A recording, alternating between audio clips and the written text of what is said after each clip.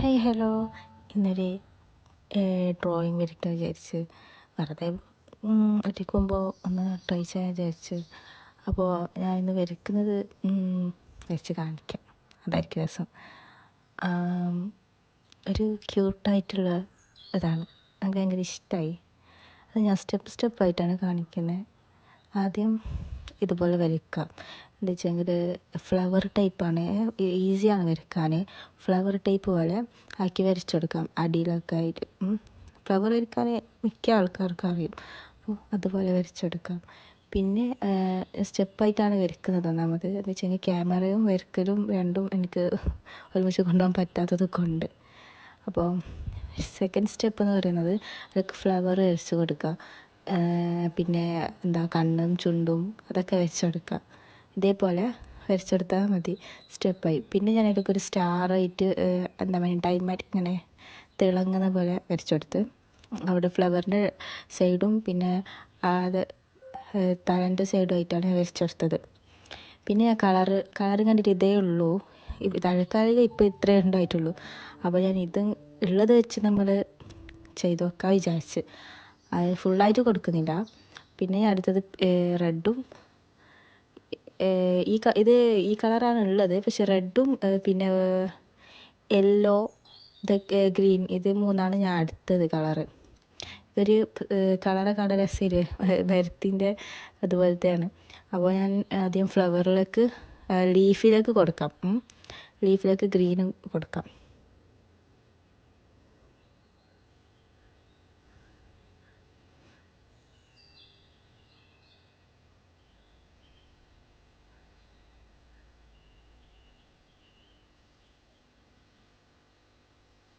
ഇത് ലൈറ്റ് ഷെയ്ഡായിട്ടാണ് വരുന്നത്, നല്ല കട്ടിയായിട്ടൊന്നും ഈ കളർ അങ്ങനെ വരുന്നില്ല.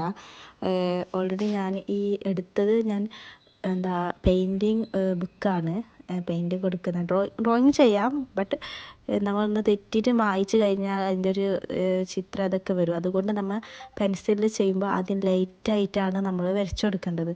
പിന്നെ അത് കട്ടിക്ക് നമ്മൾക്ക് ആക്കി കൊടുക്കാം. പിന്നെ യെല്ലോ കൊടുത്ത്, ഫ്ലവറിനുള്ള റെഡും കൊടുത്ത് യെല്ലോ കൊടുത്ത്. എൻ്റെ കളറ് കുറവായിരുന്നു, അതുകൊണ്ടാണ് ഞാൻ ഇങ്ങനെ ആക്കി കൊടുത്തത്, ഡബിൾ കളറായിട്ട്.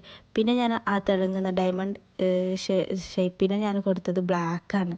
ബ്ലാക്ക് ഇല്ലാത്തത് കൊണ്ട് പെൻസിലിലാണ് കൊടുത്തത്, HB പെൻസിലാണ് അത്. അപ്പോൾ HB 1, 2 അങ്ങനെയൊക്കെ ഉണ്ടാവുമല്ലോ, അപ്പോൾ ഞാൻ അങ്ങനെ കൊടുത്തു.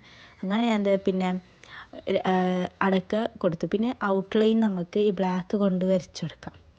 ബ്ലാക്ക് ആക്കിയിട്ട് കൊടുക്കാം. ബ്ലാക്ക് ഉണ്ടായാലും ബ്ലാക്കിൽ വെക്കാം, അല്ലെങ്കിൽ ഇതുപോലെ എൻ്റെ ഡാർക്ക് പെൻസിൽ ഉണ്ടായത് കൊണ്ട് ഞാൻ പെൻസിലിൽ ഡാർക്ക് ഔട്ട്ലൈൻ ആക്കി കൊടുത്തു.